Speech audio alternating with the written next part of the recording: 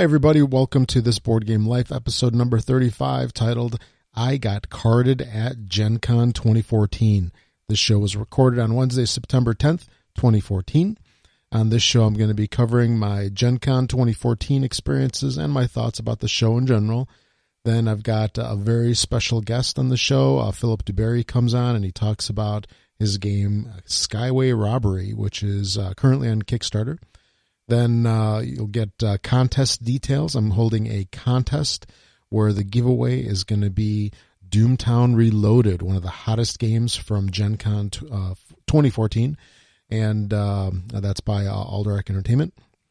And then I'm going to talk about a couple of games from Gen Con, including Red, Chimera, and Diamonds. These are three awesome card games from Gen Con 2014 that I'm still excited about a month later. So here we go.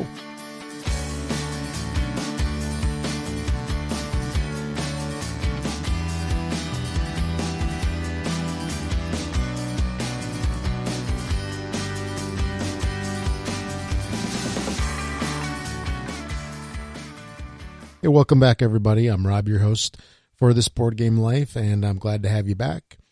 Thanks for joining me. And before I get going with the show, I just want to mention real quick that I've got a YouTube channel up on YouTube, youtube.com/thisboardgamelife. Got a bunch of content that's going up there pretty soon. And then also make sure to follow This Board Game Life on Twitter. That's at @tboardgamelife. That's at @tboardgamelife. All right, so let's get on with the show. So Gen Con 2014 for me was a little bit of a shortened show because I couldn't spend the entire 4 days out there, or even more, since some people go for 5-6 days or even longer. So for me, it started off on Thursday, which is the first day of the show. I actually left Chicago at 4 a.m., which was kind of a crazy thing for me to do. And what was even crazier is I recorded episode 34 just prior to that, and I released it. So I actually went over there on probably about half an hour's worth of sleep. Now, Indianapolis isn't too far from Chicago. It's only about a 3-hour drive, and there is a time zone change, so you lose an hour. So basically, you're looking at, if you leave at 4 a.m., you're going to get there at about 8 a.m. Indianapolis time. And that's basically just what happened. So I got there just around 8 o'clock. And I was able to find parking over at the mall. Thankfully, I was really concerned about where am I going to park? What am I going to do? And boy, am I tired. But hopefully that second, first, third, fourth, whatever wind is going to catch me, and it did. Once I got inside, there was a ton of people just milling around, just getting ready for the show. A lot of people really excited, really, really excited. The VIP line was crazy. This is a line of people that get in early. They get around 9 o'clock, I believe. And they pay a ton of money to get in early, and it was huge. I couldn't imagine. I was shocked at how many people were waiting in a line. I figured that there wouldn't be too many people that get in early, but there are. There's a lot. But outside of that, the entry area where you get into the show into the con was just jammed with people just prior to it opening. It was literally like standing room only. Well, it's a hallway, so you're going to have standing room only. But it was literally just wall-to-wall people. You couldn't really even move. One thing that they did, which I guess was kind of nice, is, they basically said, they announced over some PA system that everybody should just walk in slowly, no pushing, and basically to be nice to people, which is cool. And once the doors did open, it was actually a civil entry. There was not a stampede. People didn't get crushed. At least I didn't see any people. But once we got into the show, hey, it was Gen Con 2014. It was awesome, awesome, awesome. Once inside, boy, some of the hottest titles, those companies that were selling them, they had huge, huge lines.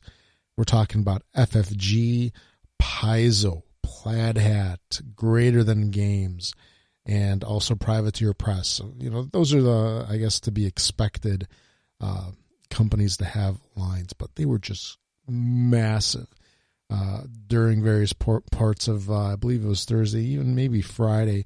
I believe one of, I don't remember if it was either Privateer or Paizo, their line went out into the hallway. That's how long it was. And the FFG line just snaked around. It curved around. At one point, I paced the entire line because I just couldn't believe how long it was. And I kind of guessed it to be around 300 feet long. Now, that's a long line to wait to get in to that little booth area, because they really control the flow. They did a great job, by the way, of controlling the aisles. They had people standing basically blocking off the line from blocking the aisles. But they did a great job with that. Kudos to them. So for the first day, I spent, I think I walked the hall probably once or twice. And I was just really looking to pick up everything that I wanted to get on Thursday, just try to get it as soon as possible. But when I saw some of those lines, I looked at them and I said, there's no way I'm waiting an hour or more for some of these games. I don't care how good it is. I'm not waiting. So I just held off, and thankfully some of those lines got really small. Like, for example, one of the first places I went to was Plaid Hat Games, and their line went to literally, actually it went from probably 100 people or more at 10 o'clock. Just after noon, it was down to like one or two people. So a lot of people had gotten their Dead of Winter fix, and they had moved on, and luckily I managed to snag my copy then and there. Got to see a whole bunch of stuff going on, see what the companies were demoing, what was for sale. I'm not really going to talk about a whole lot of the games in detail, at least not right now. I'll leave that to some of the future episodes. But I basically spent Thursday just walking around, checking stuff out. And then I met up with some people, and then we just started gaming.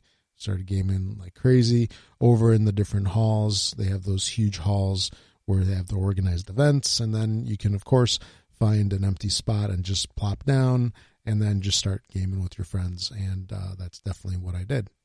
On Friday, basically more of the same. Walked the halls again, checked out all sorts of stuff, looked at everything that I could see, and did some testing, did some gaming as well, and repeat. Now, Friday night is the Grand Fabled, or I don't know what you would want to call it, AEG event. I mean, this thing is crazy. I've been to it for the last couple of years, and I've been on the fence as to whether I would do it again, but once I got out there, I had to do it. So I went over there. It starts at 8 o'clock on Fridays, and they have that big swag box that they give away, and it's actually a pretty decent deal. It's usually around $32, I believe, to get the tickets for the event.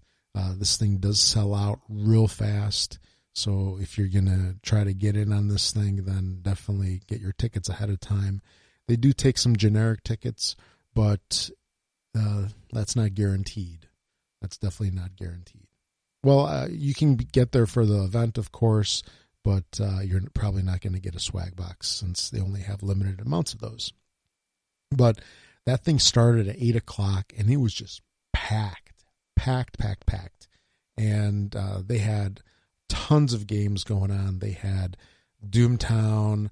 They had a lot of their smaller card games like My Star, Sail to India, and such. And it actually got to the point where they didn't have enough room for all of the people. So they actually had to spread the whole event out beyond that area that was given to them. I don't think that they've had this situation in the past, so you can really tell how popular this event is. And again, definitely check it out if you're going out there. I highly recommend it now, definitely. Then, so more and more gaming. So here I'll just go into a little bit of detail as to the companies that I saw out there, like their booths, and what I saw, what I thought. such. And again, I'm not going to go into a whole lot of detail with the different games. I'll talk about some of them in future shows as I do reviews on them and such. But, first off, BGG was out there, so Board Game Geek was out there. They do the filming of all of their videos that they post online and all of their interviews and such. So they were out there. They were doing their videos, and they've got a really nice rig out there. You basically see some of the common BGG folks on the videos. They were all out there walking around in their jerseys. And then they were also selling promos, lots of promos out there, things that you would get in the BGG store. You can purchase them for your cold, hard cash. And then they also had that hotness meter thing. Well, I forget what they call it exactly, but this is where people go up and they just kind of rate things based as to, what they think is really hot at the show. And the thing that I was really surprised is I had some preconceived notions of some games that would be really hot and popular at the show. And that hotness, it didn't quite match up with my take on things. Like the number one game this was probably sometime on Friday that I stopped in there to really check it out. On Friday, I think it was Heroes Wanted. And I was really surprised by that. I figured it would be something like, Dead of Winter or, just like one of the more popular titles. But it was Heroes Wanted. And another one that really kind of surprised me was Boss Monster was pretty high in the ranks. Not that it's a bad game. It just, I thought it would be something, by one of the big names like, FFG or Plaid Hat or Z-Man or something like that. But hey, if the smaller companies can get in there and they can get the number one spot, hey, that's just wonderful. So moving on, there was the AEG booth. Over there, they had Doomtown for sale. They also had the premium version. I thought I saw it on the upper shelf from afar. The premium version was something that I was really eyeballing. I was really, really wondering about it just because it was sort of mysterious at the time. It's a wooden box. Exactly what did everything look like, because I don't think anybody had really gone through an unboxing or anything on that.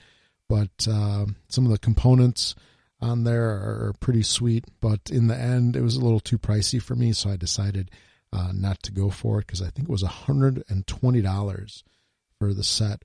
Granted, if you like Doomtown, this is probably the set for you. Because it has some really cool stuff in there, some really cool chips and a sheriff star and a really nice insert to hold everything. But other than that, they also had Istanbul, Pagoda, Smash Up, a lot of the usual AEG games, and they also had the return of the huge bags. So I got me one of those, and I had the usual problem with those. They're fantastic bags, but I really wish I was probably about 4 feet taller, because as soon as you load this huge bag up, and it's strong, it'll carry everything, but as soon as you load this thing up, it's just slamming into your shins, into your knee. It's really awkward to carry, but it carries a lot of stuff, and that stuff could get heavy. But it's good to see their bags back, and I just brought mine from last year as well, just in case, but I didn't need to use it. Moving on from AEG, there's Asmati Games. Asmati had a decent-sized booth. They make a ton of games, probably best known for games such as Innovation and such. They had the main game that I was really looking forward to was Red. This was a game that was available in a print and play, and they're going to be publishing it later this year. The name has been changed slightly, so it's going to be called Red 7 instead of just Red. They had 50 copies a day that they were selling, so I managed to get one of the last copies on Thursday. There's only, I think, 2 copies left or something like that when I picked mine up. This is a little card game that I'll go into more detail later on in this episode, but I was so excited that I got this game. I was actually kind of nervous that I missed out, but luckily I didn't. They also had some other games in there, including the recently released Impulse. and Equinox. This is a game that has been kind of in the works for a while now, and they finally had copies to sell. Then moving on to Asmodee. Asmodee had a huge booth, as usual, a lot of table space to do demos, and then they had a big area where they were selling their games, and of course Asmodee is, I believe now, like the hugest or the largest game company, at least hobby game company, because it's a collaboration of all these other companies and studios. They recently acquired Days of Wonder, which I'll talk about in a little bit. But Asmodee had a huge area. They had Abyss out there that had 4 different covers and lots of copies of it. I thought it would sell out a lot quicker, but there were still copies to be had on Friday, although the piles were getting smaller and smaller. They also had Lords of Zidit, which is a pretty interesting looking game. It's got that artwork from the universe of Seasons.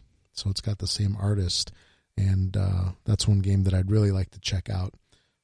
Days of Wonder, the newly acquired company that Asmodee owns now, or is merging with, or whatever you want to call it, they had 5 tribes. This was one of the big hits of the show, but they only had 50 a day, from what I understand, that they were giving away. So 50 go really quick first thing in the morning. So you got to get there at 10 o'clock on the dot, head straight over to Days of Wonder in order to get a copy. I know there were people tweeting out there if somebody could get them a copy because they can't make it in time and such. But 5 tribes definitely was a winner for them. It's a shame that they didn't have more copies. FFG had a huge line, just like I had mentioned. They had demos. Actually, their area in the show is massive. And they had demos of XCOM, which looks to be pretty interesting. That's the game that's got the tablet that you would use in there as an assistant to the game. So everybody that was demoing it had their iPad or whatnot that they were using for the game. And then they were also demoing Witcher, which, well, I guess The Witcher, where Ignacy Trzewiczek was actually out there for a little while, and he was demoing the game because he's the one that designed it. So that's another one that I'm really interested in checking out as well. So XCOM and Witcher were probably 2 of the bigger titles, at least for me, over from FFG. Then they also made actually a whole bunch of announcements. Probably one of the bigger ones is that Armada is coming out, and Armada is a new game set in the Star Wars universe, of course, like their X-Wing miniatures game. And it's going to have a little bit of a different gameplay to it. I'm sure that you've heard about it, you've read all about it, but that was one of the cool things that they had announced. Then Floodgate Games, they had Epic Resort, so this was probably like the big title for them. And I wasn't sure what to make of this initially. I looked at it a couple of times, and then one of my buddies picked it up, and he was telling me about it, and I'm like, oh, I really want to check this thing out. I think I'm going to go get it, and they were sold out. So, hey, you snooze, you lose, I guess. So I'll have to wait until later on when it's available to the masses. Funforge was out there. They were in the Passport Studios, I believe. Yeah, I think it was in Passport's booth space over there. They had Samurai Spirit. This is a cool new game by Antoine Bauza, and I managed to snag a copy of that thing, and I was lucky enough to have Antoine sign it. So that was very cool, and is now my treasured copy of Samurai Spirit.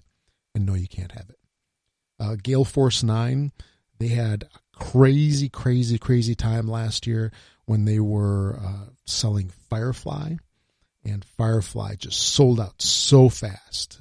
They just tore through those copies like crazy. This year they had Sons of Anarchy, and what's it called? Sons of Anarchy, Men of Mayhem, I believe is the full name of it. There were a lot of copies of that. So Sons of Anarchy, which is a pretty cool show, on its own. A much longer running show than Firefly. It must not have as much of a,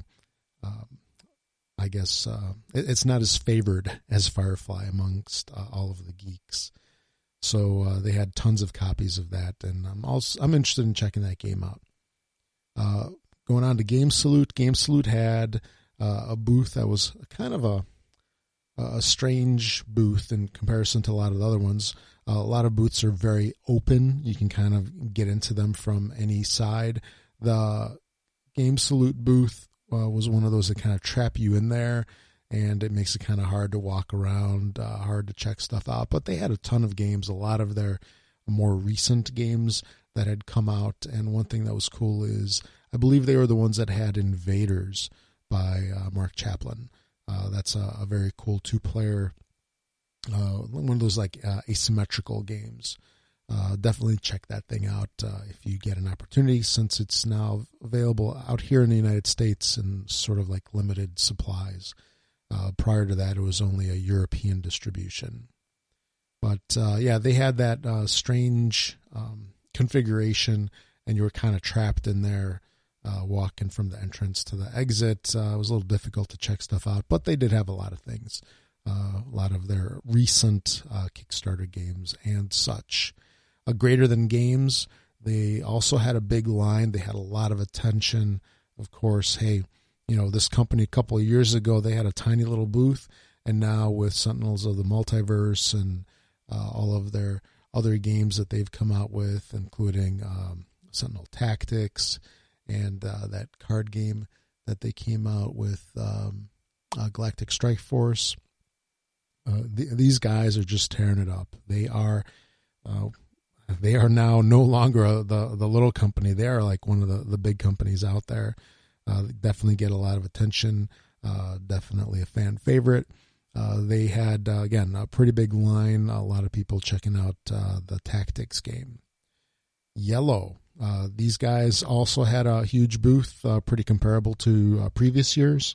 And their big titles this year were King of New York. That's probably like the biggest one that they had. And they sold out of this thing super fast. So King of New York is a newer version of King of Tokyo, essentially, or it's similar to it. And I'm probably saying newer version is not the correct way to put it, but it's a game that I think sold out within like a couple hours, if that. I don't know, I think you even made it that quickly, and they kind of hit the news a little bit because they had a shipment that was actually delayed. I think it was delayed in customs or something, which kind of stinks. So it was like one or more pallets that they couldn't get to the show, even though they wanted to. So that kind of stinks for them, and it kind of stinks for everybody that wanted to get King of New York, and hey, you'll have to wait, I guess. They also had Heroes of Normandy out there. This is a game on Kickstarter that was on Kickstarter a little while ago, and it released. They were selling, some of the add-ons and such.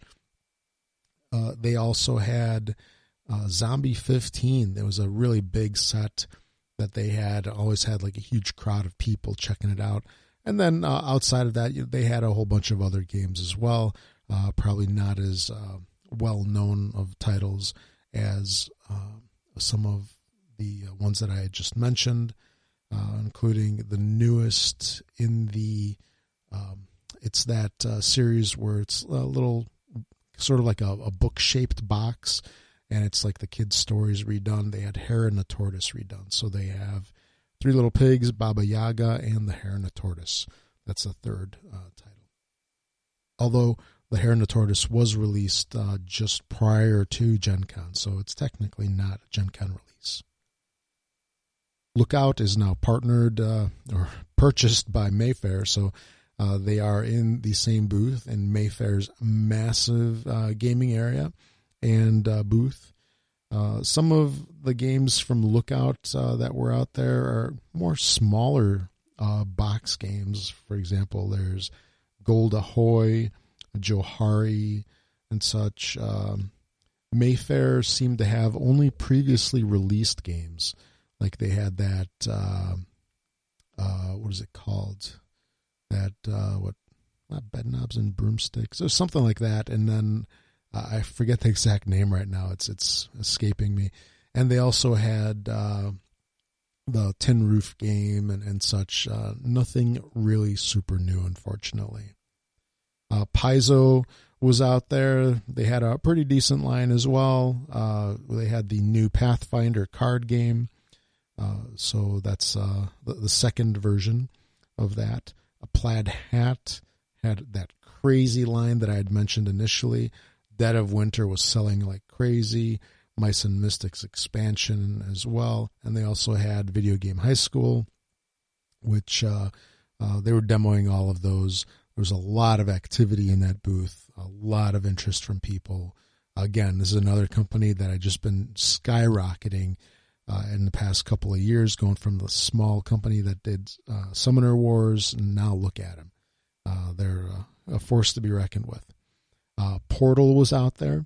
They had Imperial Settlers, which was a huge hit of the show. A lot of people wanted this thing. One thing that was really cool, it was really great for Portal as well, is that they sold out of their extra copies of Imperial Settlers in 26 minutes.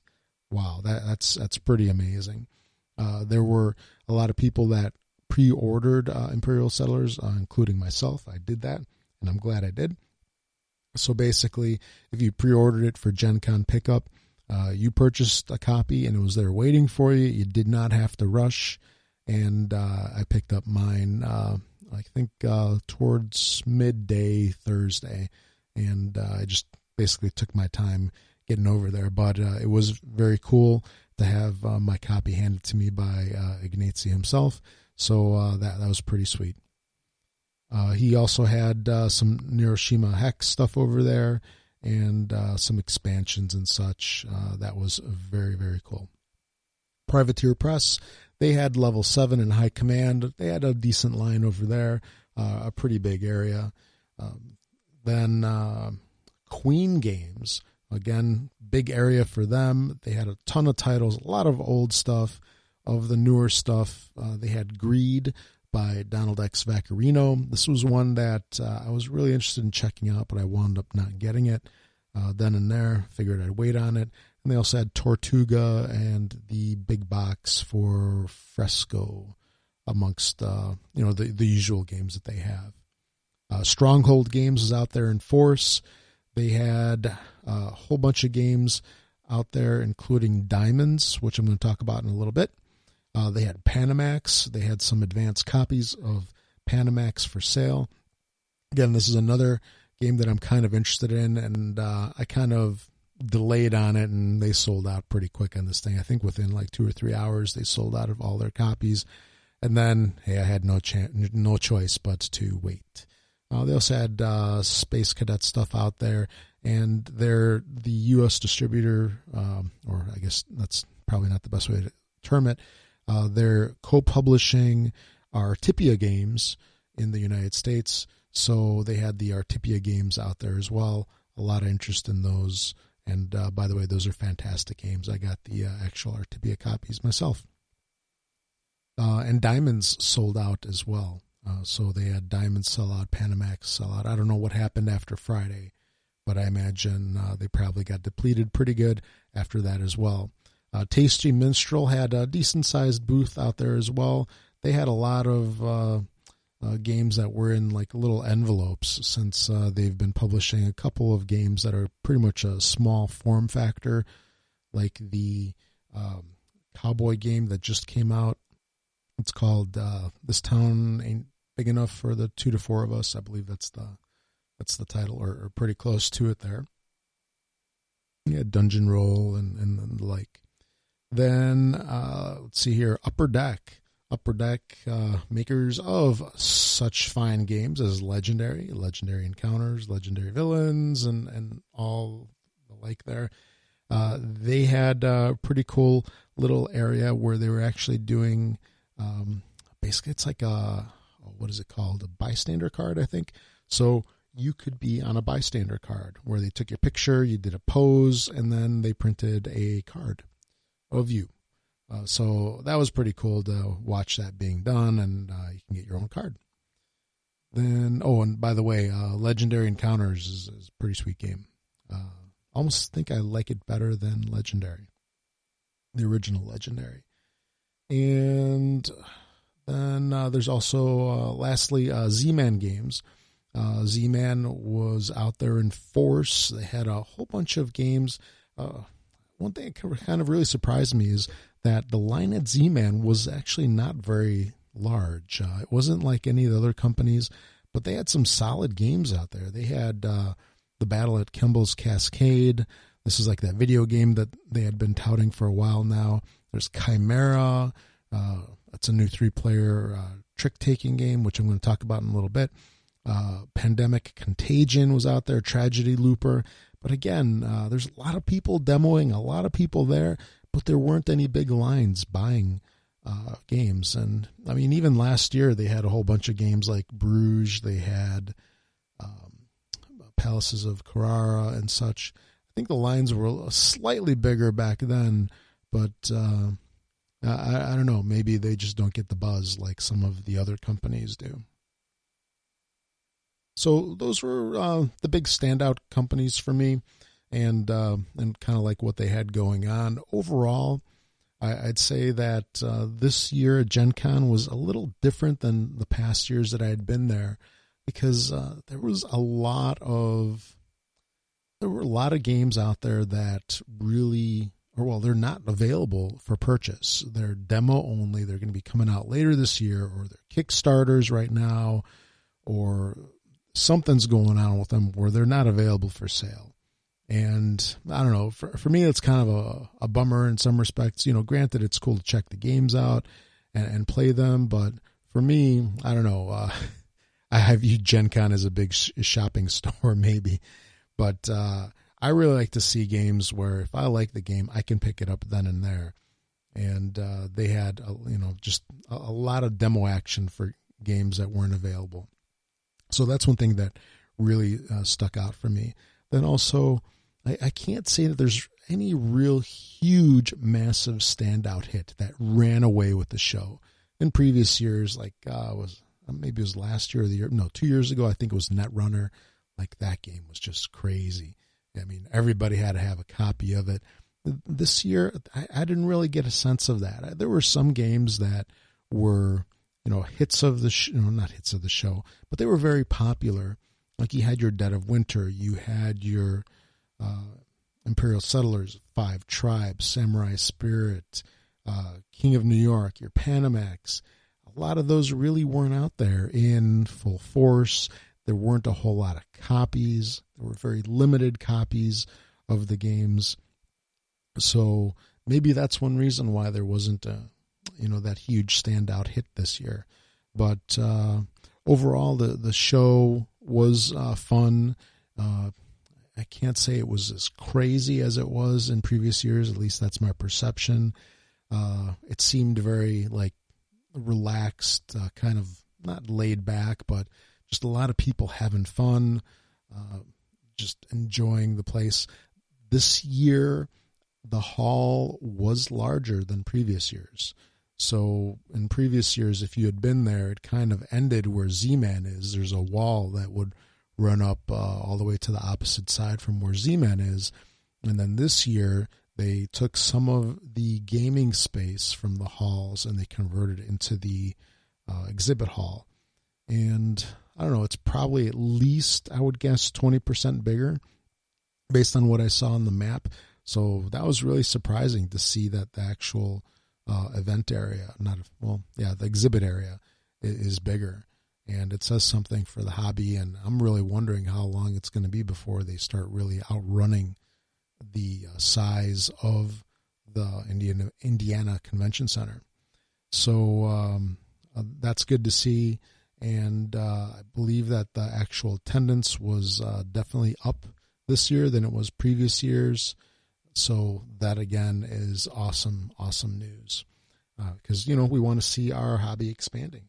And I don't know, if they move from Indiana to somewhere else, I don't know if I'd like that, since Indiana is close enough to Chicago where I can just have a quick, easy trip down there, just a couple hours of a drive, and I'm there, and I can basically head back the same day versus, some folks that unfortunately even right now have to take an airplane. Sorry, guys. I mean, you live where you live. I live where I live. But, I think that they're going to be out there for a couple more years. That's how their contract goes.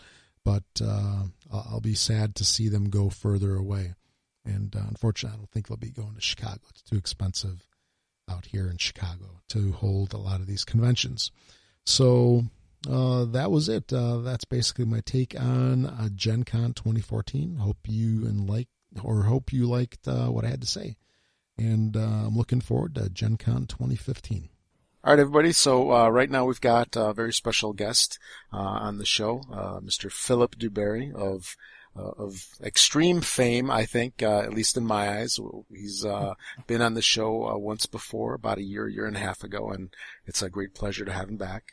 He's done a whole bunch of games, including Revolution, Canales, Courtier, and a whole bunch of other games. So welcome to the show, Philip. I'm very happy to have you here. All right, thanks. Yeah, I appreciate it. You've got a whole bunch of stuff in the works. Yeah. You seem, at least this year and probably next year, seems to be a very busy time for you. Yeah. A whole bunch of projects on the way. There's currently one going on, and you just finished a Kickstarter with your daughter not too long ago. Yeah, and then last month we finished up with the project with Jason Kaczarski, Fidelitas. Yeah. Oh, that's right. That cool little card game. Actually, I'm kind of curious, how was it to work with your daughter on that project? Because, Well, my daughter's project was Tiger Stripes. Yes. And, that was really cool. And, we're hoping that that's going to show up about, March from the printers and all and, be available. But, that's definitely been a good experience for her. Just being able to see all the behind the scenes kind of stuff that goes on in making a game and being involved in that and seeing, the professional art come and everything. It's been pretty neat. Do you think that there's a game design future for her where she's going to start maybe being some competition for you? Yeah, I don't know. I try not to push her too hard, but, I ask her every once in a while. Of course, we play games a lot, and she helps me play test, and so I don't know. Maybe that'll click in her brain one day, and maybe she'll go a different direction. I don't know. Well, time will tell. Time will tell, and I bet it's really going to be a special thing for her to see her game out in the stores. Yeah, that's going to be cool. That definitely is probably going to be one of those pull out the video camera or the phone and follow her into the store. Very cool. Actually, another thing for you. So for your previous games that you had, Revolution, Kingdom of Solomon, Courtier, and such, you've been doing a lot with various companies where they published your game, and now you're doing a whole bunch with Kickstarter. How is that? Is it, it's obviously a whole different experience. Yeah, well, I've had good experiences and more difficult experiences. Actually, Kingdom of Solomon was on Kickstarter as well. That was back in the old days of Kickstarter. I mean, I think our goal was like $5,000 or something, and we made $10,000, so it was like fantastic. Mm-hmm. That was one of the first games that Minion did. Yeah, that was one of their first ones that was on Kickstarter. Yeah.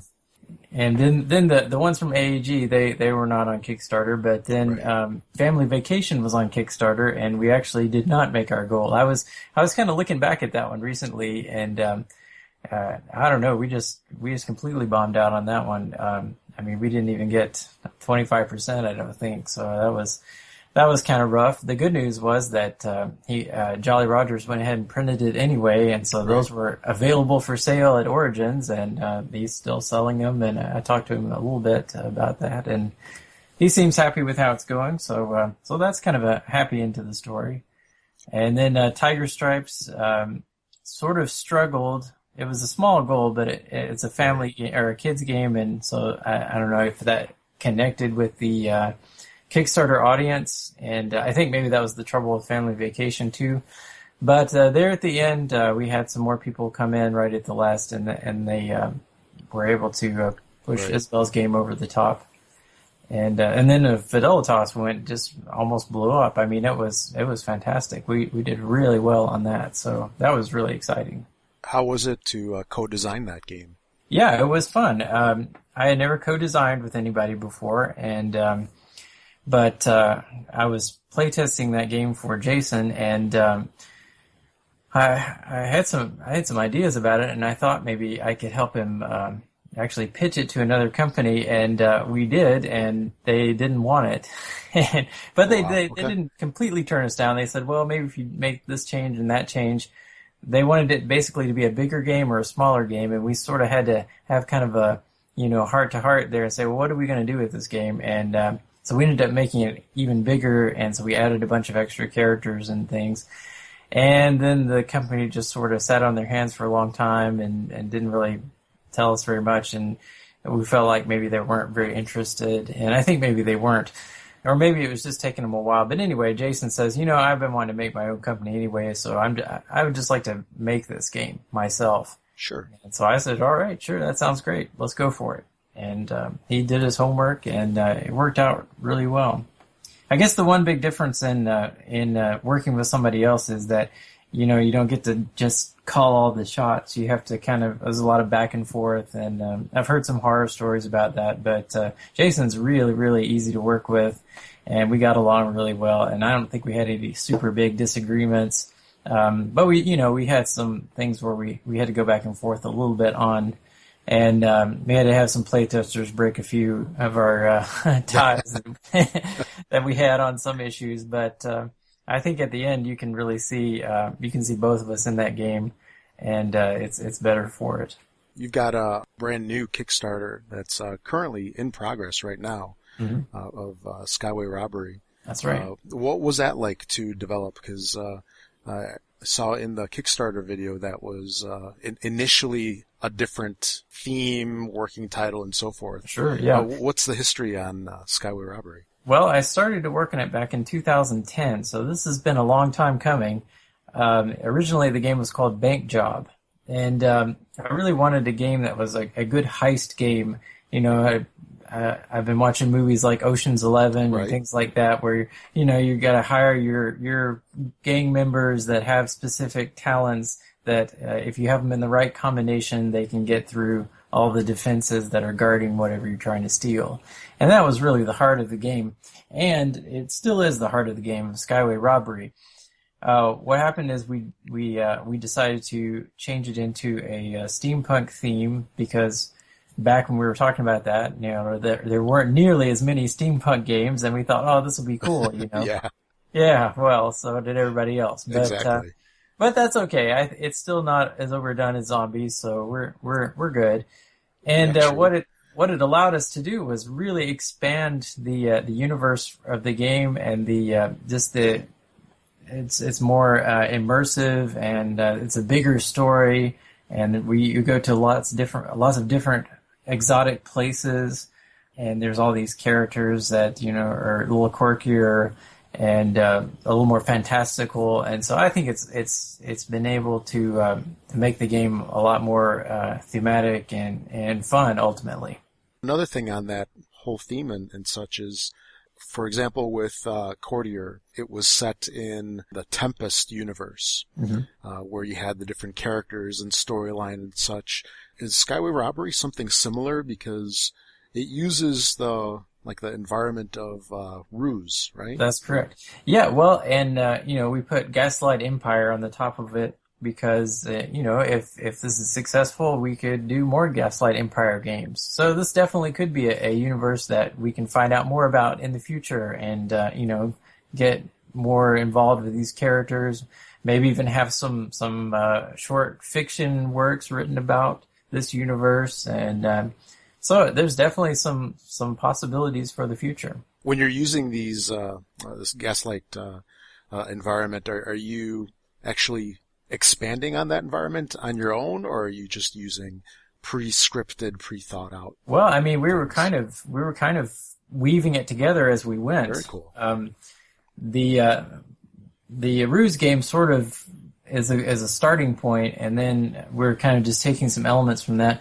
But that's one of the the strengths with the art in the game is simultaneously with doing all the art, back behind of it all was some backstory to all these different characters and stories about what the different places in the world is like. And there's all kinds of little maps that we drew of where these places were and what this alternate universe would be like. And so there's all this material that we have that's kind of back behind that you won't even see in the game. But what we have that for stories and for future games, and just to make the characters that are in this game have a little more depth to them.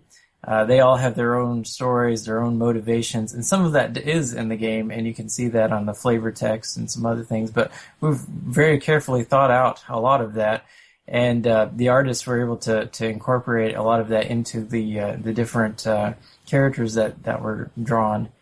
And there's all kinds of little Easter eggs and, connections and things and little symbols that show up in different cards that, you might say, why is that there? Well, because that's, there's all kinds of a reason back behind of it all, why we did it that way. And I think that makes for kind of a neat place to have a game.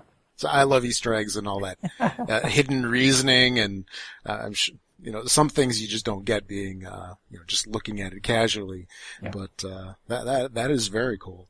Speaking of another thing that's cool, that art for that game is fantastic. I remember when you first posted, I believe it was on your website. It was about a year ago or so. You first posted the artwork for it, and it was just amazing. Kudos to that. You've worked with a whole bunch of artists, I believe. Yeah, there's quite a few artists. By the end of it, there's so much art in the game, so many different cards, and they all have this fantastic art. We started having to hire more artists just to get through the load, and hats off to Dan May, who did the art direction. He was able to fold everybody in and get everybody into kind of the same vision and have a very similar look to what they were doing, and so that it all fit together really well. And yeah, that took a long time to do that. And I can imagine, yeah. And that's another reason why, we've been working on it for so long. And so that's kind of what was holding up the Kickstarter. We wanted to get everything ready so that when the Kickstarter's over, we can hand these files over to the printer and we are ready to go. So I don't believe we're going to see any delays or anything on this project. People want to see their game soon, not 2 years down the road. Right. So it's definitely good to hear that everything's ready. And also in regards to the art, I'm just amazed that all of those artists were able to keep a similar style, because every artist has their own style of work. And just to have everybody do similar work is quite a feat, I'm sure. What can you tell us about the game? I already mentioned about the theme, how it's a heist game, putting together your criminals so that you can go and what happens is everybody is riding this big fancy cruise liner type airship to different places, and it's traveling along its route. And by the way, there's 10 different places that you can go in the game, 10 different locations, but you're only going to use 5 of them for any one game, and those are kind of randomly put out. And so your games are going to be very different from one game to the next, exactly what's available to be stolen and what sort of obstacles are going to be in your way and which things are going to be more important. And so I think that's kind of an interesting thing about the game. And so the whole point of it is to get the best criminal reputation. So you want to, be able to pull off the most heists and do some other things. There's a couple of other ways that you can get those points. And then that's the goal of the game. And so how a turn works is everybody has 7 action cards, and you're going to program those actions. You're going to program 3 actions every turn, and then those are going to be flipped over as the round progresses. Okay. And so it's really kind of a race to see if you can get your stuff assembled and then go and do these heists before your opponents can. And you can also, in all that programming of actions, you can call the police on other people so that if they do something illegal after that, it'll become more difficult for them and it will get you some points. And so there's a lot of mind games that go along with all of the planning and scheming. And there's just a lot of action, and I think people will enjoy it. It's a very large game, isn't it? Like it is. It's large. Yeah, the board is really big, and there's lots and lots of cards everywhere. Some people have said that maybe that's a little bit overwhelming. We've tried to do as much as we can to make it streamlined and easy and intuitive. In fact, the very first turn that you have, you only use half the board. And then after you get past the first turn, you'll start seeing some more cards. And so it sort of tries to ease you into the game a little bit. But yeah, the first game may be a little bit intimidating. There's a lot of symbols and things, which we're going to include a lot of extra helps and reference materials in the manual to really walk you through those things. But once you play a couple of times, you're going to be an expert, and it goes very smoothly. And there's really not a whole lot of downtime at all. This sort of happens simultaneously, and wonderful. And so it's everybody's just doing like one action that they've already decided almost what it is every time. There's a little bit of waiting, but and there's some interaction too. So it's going to be neat. There's 2 versions of the game, right? There's like the regular version and a deluxe version. That's right. Yeah, if you get the deluxe version, you also get 122 wooden tokens to go along with your game. And so that'll give you more reputation tokens and some money tokens. And I think there's another special airship token and a first player token. And so, that should add quite a bit to your game if you want to do that level. I was reading on the Kickstarter, it's pre-stretched. Right. Which is an interesting term. I love it. Kind of a different philosophy. Again, I think the main reason for it is just to make this as clean of an experience as possible and to make sure that, backers are not waiting for us to come up with all of this extra material and to play test it and make sure the art's there. We don't have to do any of that because it's already complete. The whole game is finished and all the art's finished and it's ready. It's been play tested. And additionally, we've started out right at the front with the highest quality materials possible. So we got like ivory core cards and the thickest kind of cardboard that you can have. And I mean, just everything is perfect right off the bat. So there's no need for any stretch goals. And maybe some people say, well, maybe that's not exciting, but I tell you what, it's going to be exciting at the end. If we're depending on how close we get to that goal, I think people are going to realize maybe I can't just sit and buy this at retail later on because if we don't make our goal, nobody's going to see this game. And I think that's gonna be quite enough excitement for getting us to the funding goal as it is. But once we do fund, you'll have a completely pre-stretched game. Everything is there, and it's of the highest quality. Yeah, that's one thing. People have that notion of the stretch goals and the excitement of it. But if you think about it, in some cases, if there's all these stretch goals to up the quality later on, if you don't get those stretch goals, doesn't that sort of imply that you're getting a subpar game? Right, that's true. And that happens in a lot of circumstances. People lay out all of these, 10 things that they want to do, and maybe they get like 2 of them. And then what? That kind of stinks. Oh, for sure. And you've just basically taken that off the table and you've given the best game possible, which is really nice. One other thing I wanted to ask you about is there was a little bit of hubbub or whatever you want to call it about the shipping initially for the international folks. It's good to see that you've been responsive to that. Right. Yeah. I mean, this is a very heavy game. It's a very big game and very that's expensive. Literally heavy, right? Right. No. Yeah. Like heavy weight. Yeah. The actual weight of it is quite a bit, and shipping things halfway across the world is very expensive, despite what other Kickstarters may do or may choose to lose money on. But it's an expensive thing. But even so, we have been able to work our contacts and come up with a few extra people to help us with the distribution, so that all the Canadian rewards will ship from Canada, so you won't have to worry about any of that. And it's a much reduced cost from what we originally said. And everything in the EU will ship from the EU, and that will be $20 instead of $40. So that's a good reduction in the price. And And so, we've been able to reduce shipping for quite a few of our non-U.S. backers. That's one thing that people don't really consider too often, unless you've actually, like even here in the United States, if you go to the post office and you try to mail a box, it's not as cheap as you think. I ship things for work all the time, and it was the pricing is just crazy. Like it has been going up too. Yeah, that's a big deal. Like I shipped the laptop from San Francisco to Chicago. It was $160 to ship it. Granted, it was overnight, but yeah. And, a laptop's not much bigger than a game. So, yeah, the game looks really fantastic. I'm excited for it. I can't wait to see it. We'll have to see how the Kickstarter goes. It looks like it might be a nail biter. Well, I think we got some pretty good momentum going. I mean, we're over the 50% mark. We still got, we got about 2 weeks left. Well, not quite 2 weeks, but really close to it.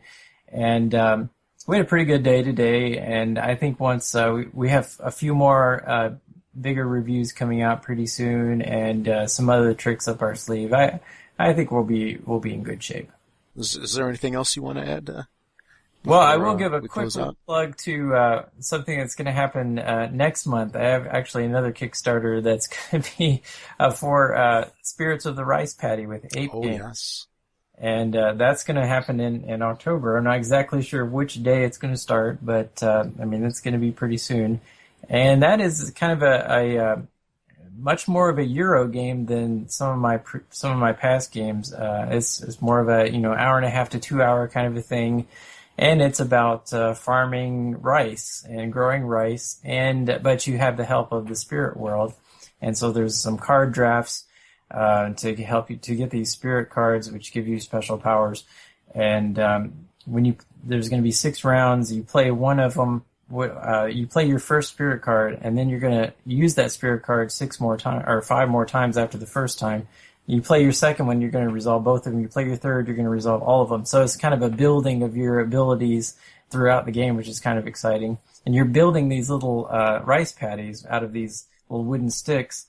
And the main mechanism of the game, besides being a worker allocation game where you're allocating your 10 or 15 workers into the different spots of return, but the main kind of twisty sort of mechanic is that you have to control the water as it flows through your different paddies. And the water is limited. It's a very scarce resource in the game. It depends on how much rainfall there was that turn and that sort of thing and what your opponents have built.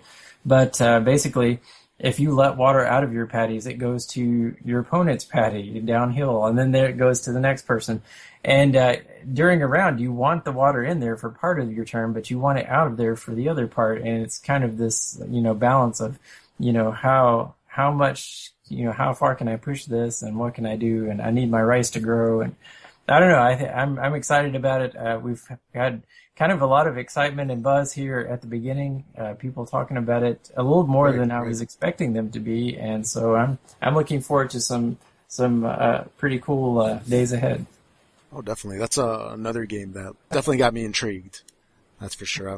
And when you fire that thing up, you're definitely welcome back on the show to talk about it. I'd love to talk about it. Yeah, we'll do it.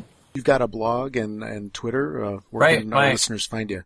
Okay, my blog is fantasiogames.net, and then I'm on Twitter at PDuBarry. So, those are pretty good places to find me. Check out Philip's blog and follow him on Twitter to get the latest on what he's up to. Definitely check out Skyway Robbery. The Kickstarter goes up until the 25th, I believe. That's right. Thursday, September 25th, 2014. So if you're listening to the show and it's still within that time frame, definitely check out the Kickstarter afterwards. I guess look for it on your local store's retail shelves. So, hey, Philip, thanks so much for being on the show. Hey, thanks for having me on. I appreciate it. Oh, no problem. It's always a pleasure. Hopefully we'll talk to you soon.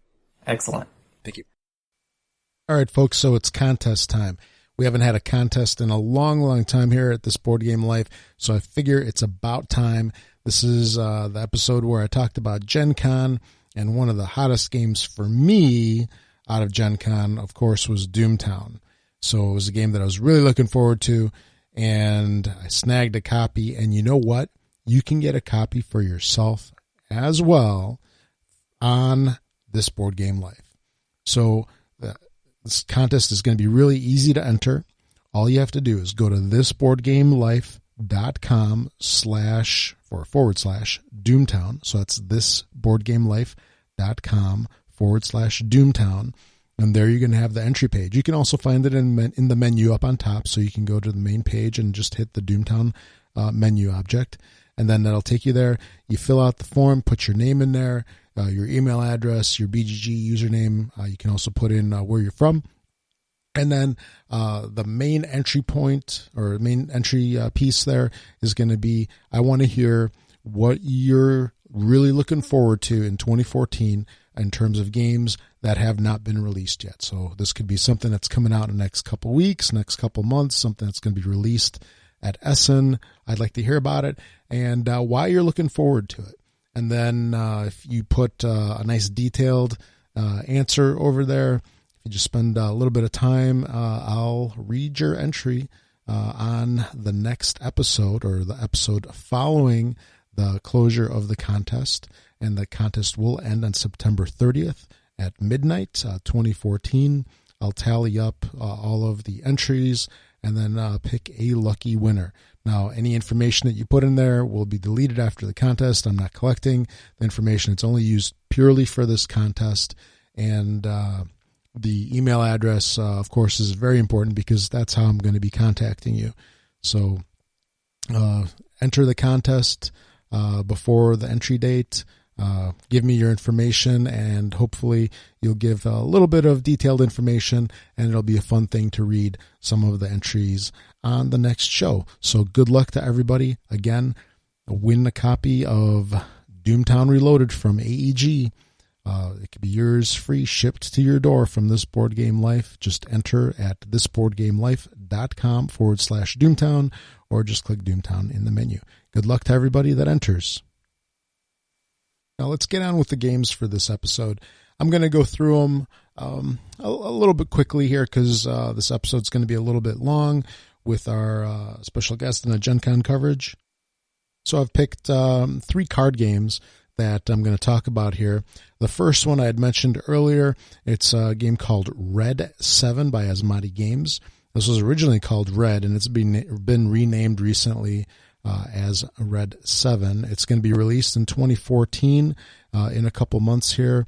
So it'll be out this fall, possibly this winter. And it's by Asmati Games, designed by Carl Chuddik and Chris Cieslik. These are 2 guys very popular with fans of Asmati. Carl has designed a whole bunch of games like Innovation, Impulse, and Red, of course. And then Chris, he's basically the man behind Asmati Games. And it's a game for 2 to 4 players. Plays in about 5 minutes, maybe a little bit more. Listed ages are 8 and 9 and up. It's a card game. It's got some set collections, sort of hand management, sort of.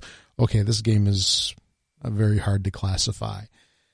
Basically, it's a game of cards where you're going to have 49 cards total in the game. You've got 7 cards are numbered 1 through 7 in 7 different colors. These are the colors of the rainbow as it's listed.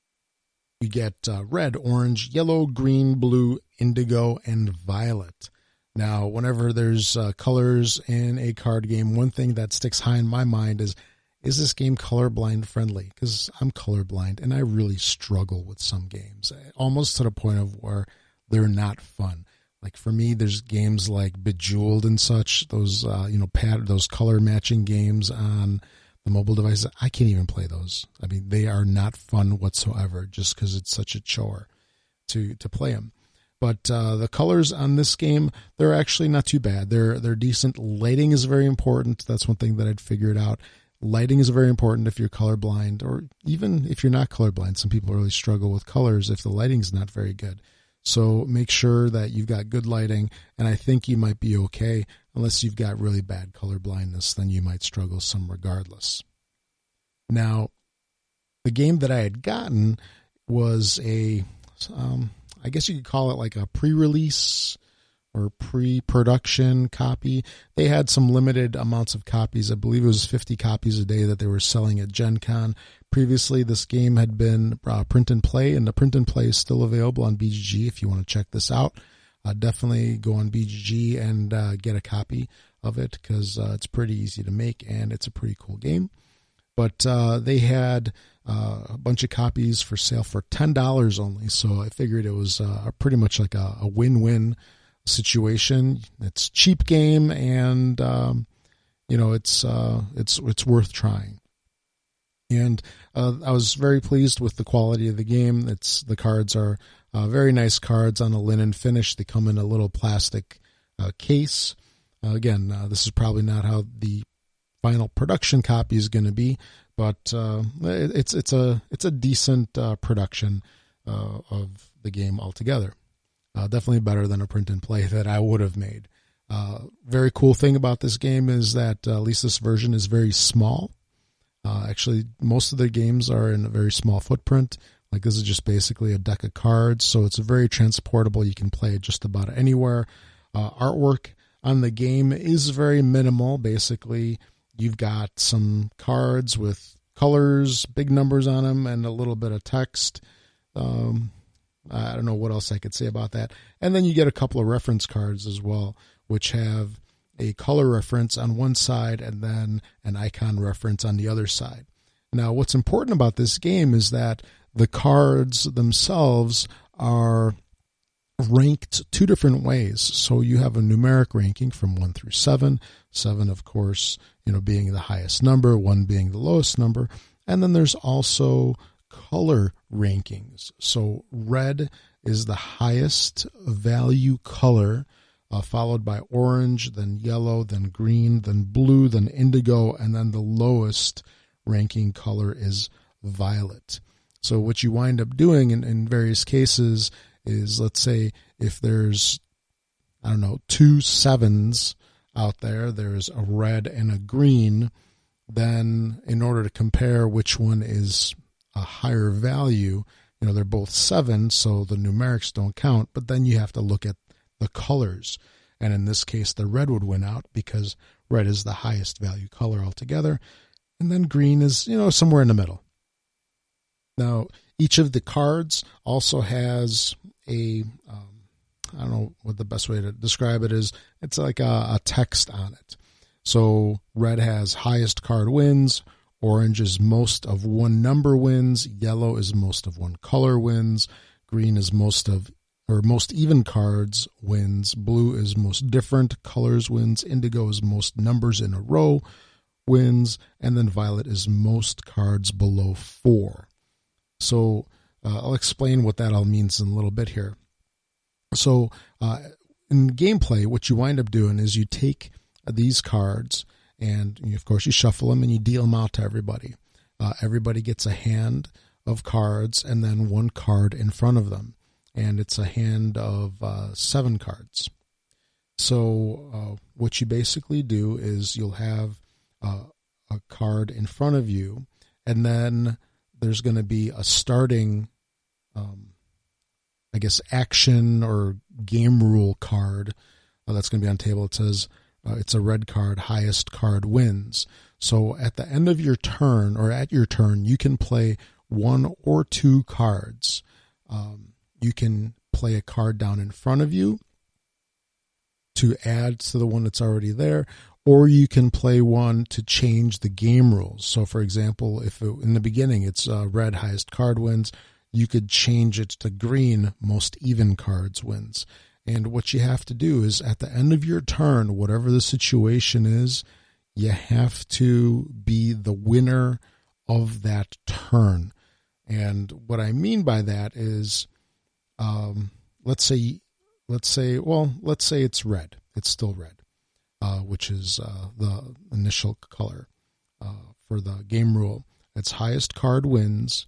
So at the end of your turn, you better have the highest card on the table amongst all the different players. If you don't, or if you can't do that, or you can't change the rules to a rule that you can meet, then you're basically out. So as you can see, the game doesn't go very long. It only takes a couple of turns before somebody gets knocked out. If you have only one person or two people playing, then somebody's going to be knocked out a lot quicker than if the game had continued, with 4 people, because then it takes more people to get knocked out. And it's a very simple game. The rules are extremely simple. In fact, they only give you a 2-page rule. I'm not even going to call it a rule book or instruction manual. It's literally just a sheet of paper folded a couple of times, and there's not much to say about this game. It's a very simple game. However, that can be deceiving because there's actually a lot of thought and a lot of planning that has to go into this game, because you're not only necessarily just playing for then and there, but you're trying to set yourself up. So, for example, if highest card wins is the thing right now, you might need to place a color down of a different color to match a rule later on that you'll have to play. And I don't know if that really made sense without playing the game and knowing what I'm talking about, but you have to situate yourself so that in the future you're not knocked out immediately. So you have a bit of pre-planning to do, and that's what makes this game so cool. It's extremely simple, but it's actually a lot of fun and in a lot of ways very satisfying for a little filler game. I'd really classify this as sort of like it's like a mentally challenging. It's not really brain burnery, but it's a game that will definitely make you think and consider what you're doing, but it's in a small form factor and it plays quick. So it's awesome to play at the beginning of the night while you're waiting for people from the game group to get there, or it's really cool to play at the end of the night where you're kind of done playing the big heavy games and you just want to play something quick, small, light. And this game definitely fits the bill. So basically you have your hand of cards, you play until you get knocked out. Last person standing essentially wins. And then, hey, reshuffle and play again. This game is definitely fun. The tough decisions that you're going to be making as to what you're going to be planning for the future and what you're going to be doing now, they're definitely not always easy decisions, but it's fun. It's a small game with decent depth. Only con I can think about this game is that, if you want a production quality version of this game, you're going to have to wait a little bit. You're going to have to wait a couple of months for it to be available. But hey, you can get on BGG and get a copy now. And just if you print it out and sleeve it, that's how easy it is to get it. So definitely check it out. It's a fun game. I definitely recommend it. I'm excited to play it, and I'm glad I got it at Gen Con. And I hope to see this game out in production soon. So that was Red 7 by Asmodee Games, previously known as Red. Next up is Chimera. This is a game released in 2014 at Gen Con, of course, by Z-Man Games, designed by Ralph Anderson. This is a 3-player only game. It's a trick-taking game, which is kind of unusual that it's 3-player only, because games like Tichu, I guess, are 4-player games. This is a 3-player game, and it plays in about 45 minutes, which I think is right about on. And it plays 13 and up is what it's listed. I suppose younger kids could possibly maybe play it, but a sure bet, I guess, is 13, since that seems to be everybody's sure bet in terms of companies with their games. It's a card game, hand management, trick-taking, pretty basic there. And what's different about this game in comparison to games like Tichu is that, again, it's a 3-player game where basically 2 players kind of gang up on the other player. The game it has a 54 card deck. It's basically got 4 different ranks, 1 through 12, so basically 4 different suits. There's a bunch of heroes, and then a pie card and a chimera card. So that's the 1 through 12 ranks, 4 heroes, a pie, and a chimera card. So a chimera card is the card that outranks all other cards in a single fashion. So it's higher than a 12, higher than every card. Then the pie card, it outranks all other single cards except the chimera. And it can be used to substitute for any card 1 through 12 to assist making a straight. So, for example, you can do like 3, 4, 5, pie, 7, right? Yeah, 3, 4, 5, pie, 7. Yeah, that's right. I just want to make sure there. Then heroes, which they're higher than the 1 through 12 cards, but they have no numerical value, so they can't be used in straights or any ranked sequences. And then, of course, you've got the base cards, which are 1 through 12. So you start off the game by dealing 12 or 17 cards to each player. That pretty much splits up the entire deck. And then people start bidding. You're going to be bidding basically in a couple of different things that you can bid on. You can pass, you can bid 20 points, 30 points, or 40 points. And the goal of the game is to finish with 400 points. So the first person to hit 400 is the winner. Now, when you bid, the person who bids the highest, they basically will then become the chimera. And they'll be ganged up on by the other 2 players. So there's also 3 cards in the middle of the table that they get. So that's kind of like a little bit of, evening out of the game, I guess. So 2 people are going to be going against you, and then you get 3 additional cards, which they don't get. So you have 20 cards. They have 17 each. In the game, you're looking to basically get rid of your entire hand, all the cards that you have, and you're looking to do a bunch of different card combinations. So you can do a single card. If a person plays, let's say, like a 2, like most of those trick-taking games, so the next player has to play a single card higher than a 2 all the way around up until you can't do that anymore. And then the legal combinations are a single card, easy enough. There's a pair. Then there's a sequence of at least 3 pairs. So that's 3 pairs total. There's a triplet, as you call it. So that's 3 of the same card. There's a sequence of at least 2 triplets, a sequence of at least 2 sets of triplets. So you have to have, let's say, 3 4s followed by 3 5s. So they have to be in sequence. They have to be next to each other numerically. Triplet with an extra card. A triplet with an attached pair. So it's a triple and a pair. A sequence of triplets with an attached card each. So these are triplets, again, that have to be next to each other, like 3 5s and 3 6s. And then each of those can have an extra card. Doesn't matter what the card is. So total, you're dumping 6 cards altogether.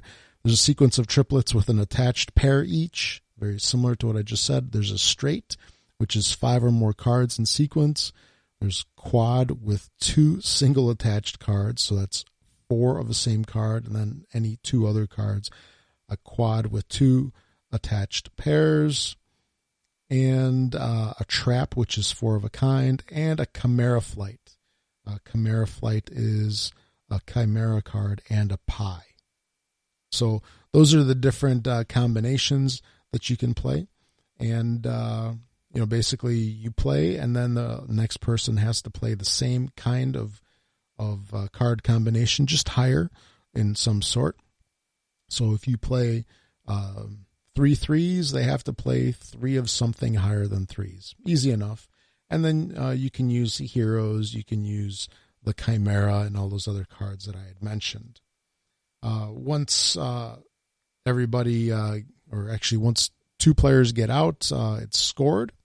And scoring is interesting. because scoring is done based on who goes out.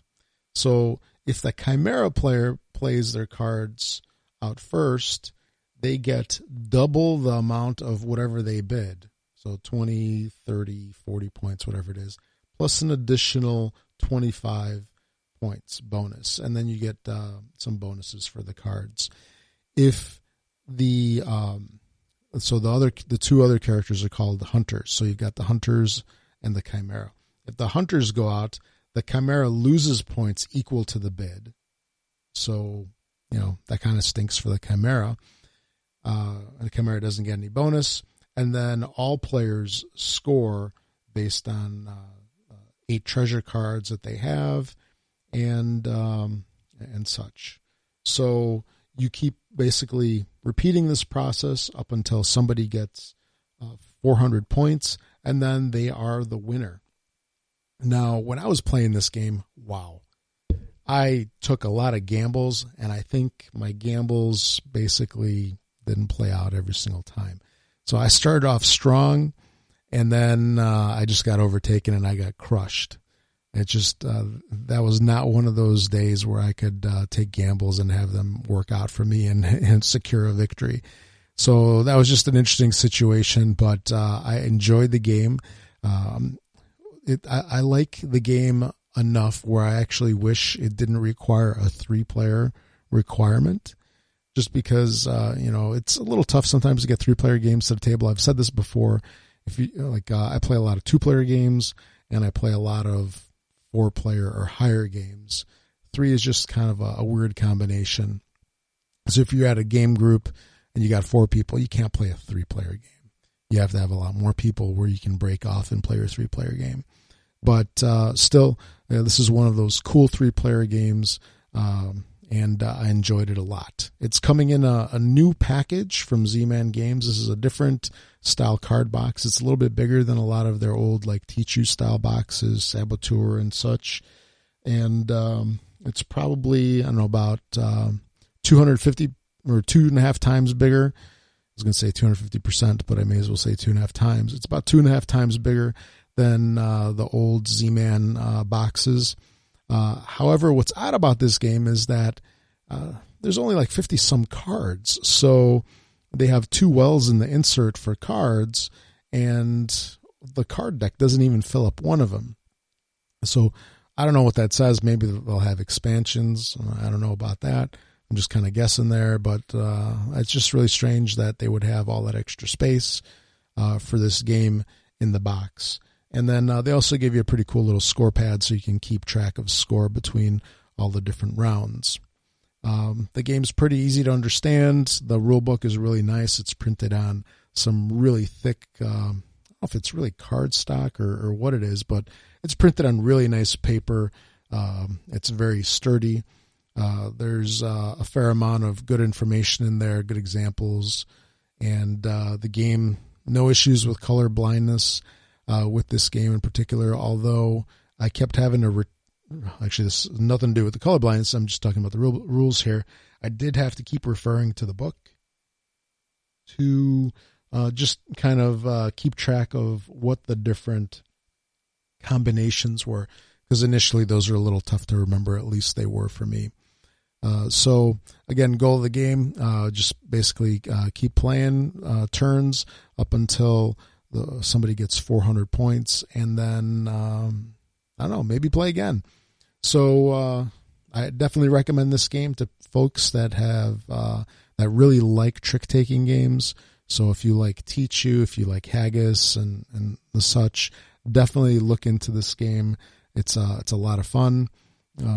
Negatives, again, just that it's 3-player. Not that that's bad. It's just, for me, I don't know about everybody else, but for me, that's just an odd combination. It's a little tougher to get 3-player games or 3-player only games to the table. Definitely check this game out. I give this one a definite thumbs up. Then the final game for this show is going to be Diamonds. This is another 2014 release at Gen Con from Stronghold Games. It was designed by Mike Fitzgerald. Plays 2 to 6 players in about 30 minutes or so, ages 8 and up, and I'd probably say that's pretty right on. So I think younger kids can probably get into this game. This is a card game, so a card game plus, sort of, because it's got some cool, nifty little elements to it. It's a trick-taking game, and let me tell you what it's all about. So this game is a little bit different than most trick-taking games because it's got an extra element to it of a vault and gems, diamonds. Every player has a player screen in front of them with a picture of like a bank vault on the front of it. And the space in front of this screen is called a showroom. The space behind it, or hidden behind the screen, is called the vault. And you're going to be taking diamond crystals, which are your typical little plastic crystals used in a lot of games. There's clear ones and there's red ones. The red ones are 5 and the clear ones are 1s. And you're going to be doing various things depending on what happens with your cards. You're going to be doing various actions, such as you're going to be taking 1 point from the supply and putting it in your vault, so it's behind your screen. You're going to take 1 point from the supply and put it in front of your vault into the showroom. You're going to take 1 point from your showroom and place it in your vault, and then taking 1 point from another player's showroom and put it into your showroom. So there you have how you move the diamond crystals around the board, or not around the board, or around the play area. So you can take them from the supply, put them in front, steal other persons or other players' diamonds from in front of their vault, put them in front of yours. Hey, they could steal it back right then and there if they so wanted. The only time that the diamonds are really safe is, I guess, when they're inside your vault, because once they're in there, people can't get them. The cards in this game are basically 4 suits. You've got diamonds, hearts, spades, and clubs. That's your typical suits, I guess. And there's 60 cards altogether, numbered 1 through 15. So it's a little bit more than your standard play deck of cards. Somebody becomes the dealer, and then they're going to deal out 10 cards to each player out of the 60. So there's going to be some cards that probably won't be used in the game. Like in a 3-player game, you're only going to use 30 of the 60 cards. The rest aren't used in that particular round. And at that point, the dealer decides how many cards are going to be passed. It's not really drafting. You're just passing them to the next person. So the dealer can decide to pass 1, 2, or 3 cards after looking at their particular hand. I guess that's, they decide how many they want to get rid of or whatnot, and they pass the cards to the left. And at that point, gameplay begins. Now, to begin the game, the person to the left of the dealer basically plays a card to the table, and you have to follow suit. So it goes around the table to the left, and you have to follow suit. So if somebody plays, 3 of diamonds, then if you've got a diamonds card, you have to play it. So you have to follow the suit. And if you don't have a diamond, for example, in this, what I just mentioned there, then you can play any other card and you immediately get that action. So I had mentioned a bunch of the actions previously about moving diamonds around, to the vault, to the showroom and such. So when you play a card that is not part of the suits that are played to the table, you immediately get that action. So again, if say 3 of diamond was played and I play a heart lets me move from supply to my showroom. And basically it's diamond, supply to vault, hearts is supply to showroom, spades is showroom to vault, and clubs are from another player's showroom to your showroom. So that's the one where you kind of steal stuff. And then once the play goes all the way around, whoever gets the highest card for that particular turn, they win the trick. And they get the action of the card that led that. So, again, if it was diamonds, if it's 3 of diamonds led it, then you get to take from the supply and put it into your vault. So then those cards are cleared, and the person that won gets them, and then, hey, you start all over. The person that won that last trick, they get to place the next card. They get to start the next round. So basically it continues like this up until all 10 tricks have been played. Basically you're everybody's out of cards. Then that particular round is over. Once the round is over, there's still more that happens. You go through and you count all your cards. The person who took the most diamond cards from winning the tricks, they get the diamond action. Person who gets the most hearts, they get the heart action, and so forth. And then the person who did not win any tricks at all during the round, they get 2 diamond suit actions, which is take from the supply and put it into your vault. So you basically play this certain number of rounds. So for a 2-player game, you play 4 rounds. 3-player, you play 6 rounds. And you just count up the points. Points are counted like this. So each point in diamond crystals in your vault is worth 2 points. And then points outside of your vault in your showroom are worth 1 point.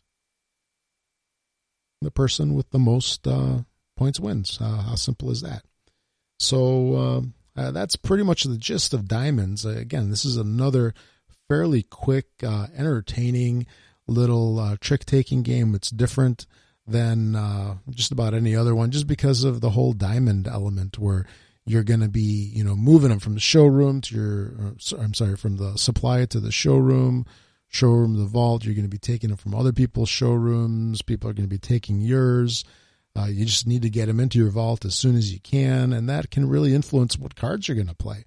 Because, if you've got a whole bunch of diamonds out in front in your showroom, they're only worth half the points of, if they're in the vault, they're only worth 1 point instead of 2. And if you got a lot of them, they're exposed. People can take them from you. So this is not just, a plain little trick-taking game. It's got that little extra element that makes the game just a little more interesting. It doesn't really complicate it all too much, and it's simple enough that I think, the whole family can enjoy this game. And this was kind of a hit over at Gen Con. It sold out, I believe, on the first or second day. And it's kind of surprising for a little card game, because usually you think of the big titles really sell out, like the Imperial Settlers and such. But here's this cool little game that definitely surprised me. I was definitely glad I got it. Initially, I was kind of on the fence, but I'm definitely glad I got it. Box size for what you get in the game, the box does seem a little bit large, but when you look at what's inside the box, it's it's fitting, because the gems take up a fair amount of space. You got the player screens, you got the cards themselves. Everything's kind of free floating inside the box. There is no insert, which I guess is okay, especially if you like to make your own. You can just make your own. But I was definitely pleasantly surprised with the game. There weren't any real color blindness issues with this. I mean, it's pretty straightforward. 1 through 15, 4 different suits. Colors really don't matter. Well, I guess except the gems. There's clear and red. So even colorblind folks like myself don't have much issue with that. The rules are really well done. They give a nice explanation. There are some variants at the back of the manual for different player counts. I'd have to give this game another thumbs up. I definitely did enjoy it. It's a game that you can play with the whole family, which is a big plus. I can't see any real cons for this game. It's just a really well done game. Mike did a fantastic job with this, and I'm really glad that Stronghold published this game for us. So definitely check this game out if you can. I think you'll enjoy it. It's probably best suited. I don't know if it's really a filler game, because it does take a little while to play, but it definitely is a later game, again, that you can play at the beginning of a game night, just to kind of, get rolling. And it supports up to 6 players, which is fairly decent. So if you have a game group over, you can play pretty much with everybody. You're not going to have somebody waiting it out or have to break off into their own little group. So again, Diamonds, definitely give it a thumbs up. Definitely check it out. So there you have it. That's it for episode 35. Thanks for listening, everybody. I'll give you a quick little rundown of the games that I talked about. I talked about Red 7. This is a game that I really did enjoy. It was kind of like one of those hidden gems, I feel, that I found over at Gen Con, because everybody that I showed it to didn't really know much about it, and they're like, oh, this thing's pretty cool, and they definitely had a good time playing. I'm excited to see that it's going to be published in the next couple of months here, so definitely look for it. It's a fairly inexpensive game. It's probably going to be like $10, $15, and you can check it out. There's a print and play version available on BGG, and definitely check that out. Chimera is a game by Z-Man Games. This is a trick-taking game for 3 players only. Definitely a fun game if you like Tichu and the like. Definitely check that out. My only thing that I could say negatively against it is that it's a 3-player game, and for me, it's sometimes a little tough to get a 3-player game to the table. But otherwise, other than that, it's a really fun little game. And then lastly, Diamonds. Diamonds is another trick-taking game, a nice little twist with the diamonds that makes the game a little interesting, and the diamonds that you have and what you want to do with them, it can really influence what your card you're going to want to play. So it's a nice little twist on your typical trick-taking game where you're just playing with cards. Again, this is another game that I definitely give a thumbs up and I recommend. So these are 3 really cool games that I found over at Gen Con, and I really recommend them. Definitely check them out. They're cheap, they're small, they're portable, and they're fun, which is most important of all. So that's about it for the show. Make sure to follow This Board Game Life on Twitter, which is at TBoardGameLife. Again, that's at TBoardGameLife. We also have a guild on BGG. Just search for us on BGG and you'll find the guild. Make some comments on the shows, and I post information on videos out there as well that I do. And then there's also a YouTube page where I'm posting videos. I was having some trouble with the audio and the video. I guess it wasn't really super much trouble, but it just wasn't quite up to the quality that I thought was acceptable. I'm very critical of some of the stuff sometimes. So I've been tweaking that, and I think it's a lot better now than what I've done in the past. A lot sharper, sounds a lot better. So I'm going to have some videos redone and some new content up there fairly quickly. So that's your youtube.com/thisboardgamelife. So that's youtube.com/thisboardgamelife. I'd love to hear your feedback, what you thought of the show, any comments, questions, or anything about what I talked about. Definitely send them to me either on BGG at rmilanov, or also you can use the contact form at thisboardgamelife.com, which is now working. It had a little bit of a trouble. The emails were getting blocked by our hosting provider. So the form should be working now properly. And of course, there's the contest. Enter the contest before September 30th to be eligible to get a copy of Doomtown Reloaded from AEG. All right. Thanks for listening, everybody. We'll catch you all on episode 36.